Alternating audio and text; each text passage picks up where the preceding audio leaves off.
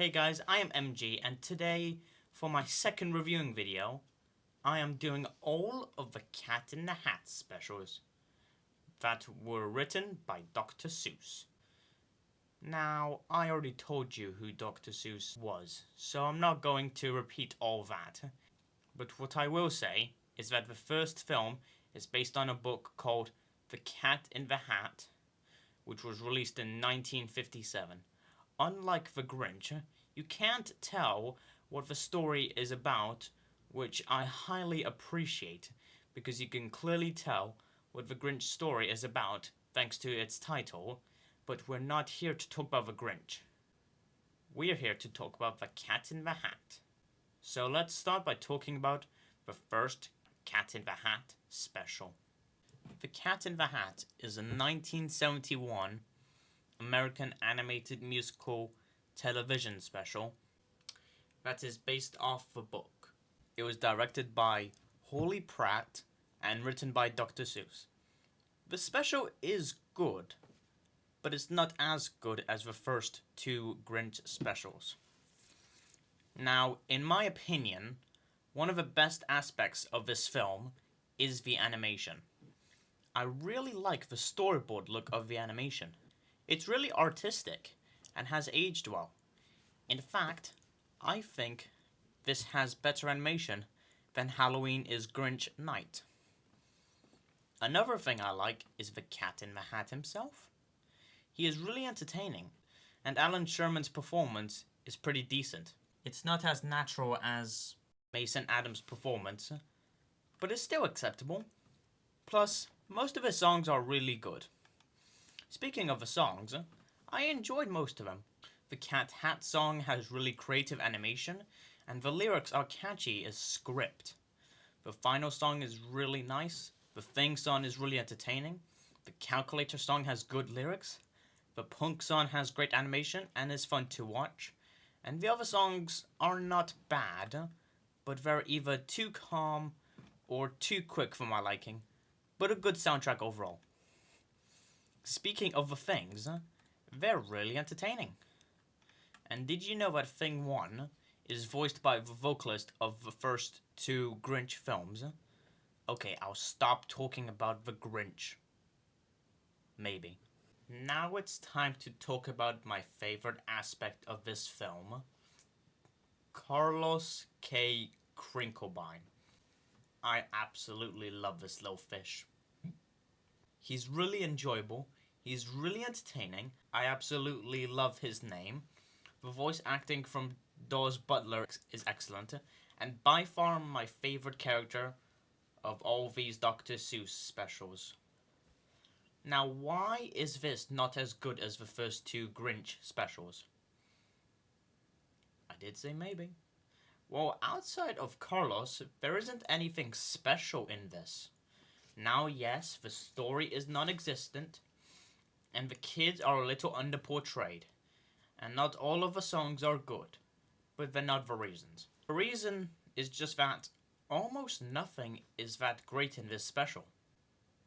Maybe it's just me, but not a lot is that substantial, if you know what I mean. But overall, I like this special. It's not amazing, but it's enjoyable enough. And if you're a fan of a book, then watch it. It won't be a waste of your time. 7.1 out of 10. Now, let's talk about the second Cat in the Hat special. Dr. Seuss on the Loose is a 1973 American animated television special.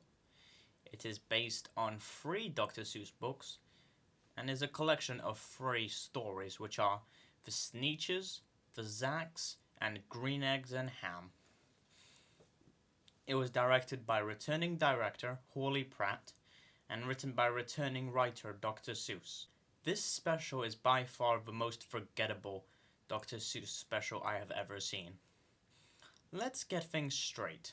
This is a collection of 3 separate stories, and I'm going to review all of these stories, starting with The Sneetches. The Sneetches is kind of bad. Like, the story is just nothing, and the fact that it's nothing, and the fact that is like half of a special, makes the pacing feel very slow and tedious. Plus, the Sneetches and the businessman are underdeveloped, which is why I don't care for any of the characters, and feel like they're kind of wasted in the story. There are a couple of things I like in this. My favorite aspect is actually Bob Holt's performance as the businessman, which I never thought I would say because you know why. I don't know, he just does a very good job of keeping this character natural. So good work there, Bob. Plus, the songs are pretty decent, and the animation is the most creative in this story. So yeah, it has some good stuff, but it's kind of boring and incredibly tedious. So yeah, I'm not a fan. Now let's move on to the next story. The Zacks. The Zacks is awful and really boring.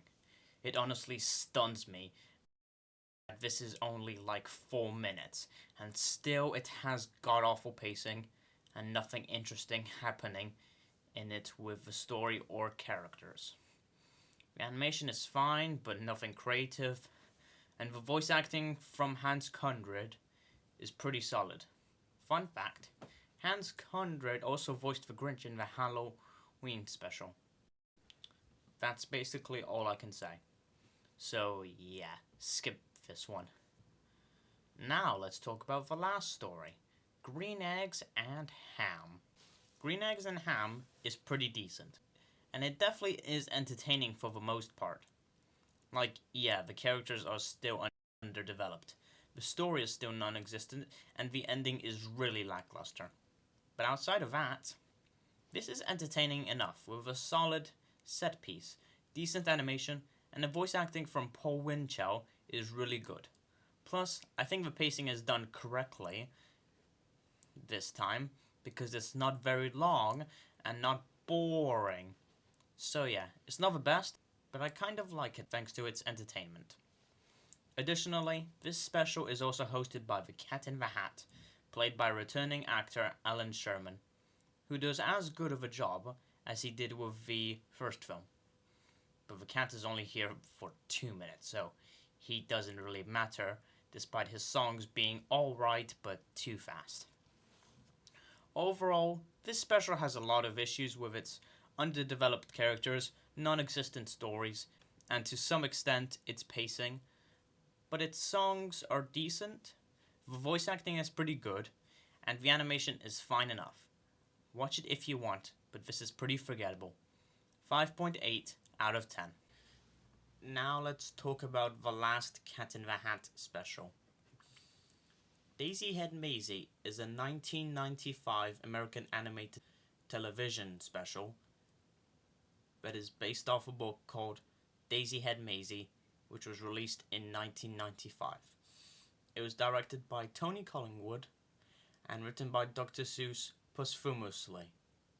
This special is slightly better than the previous one. Yes, it has its flaws. Henry Gibson does a bad performance as the Cat in the Hat, because it just doesn't sound enthusiastic enough, and a bit bland as well. It doesn't have a story.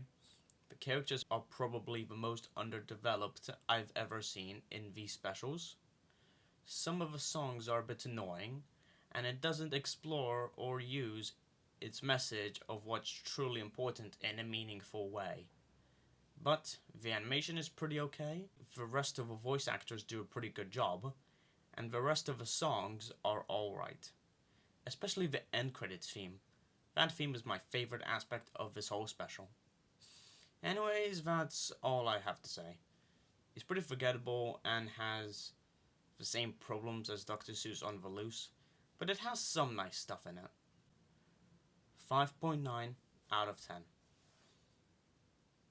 Goodbye everyone, and thank you for watching. Bye.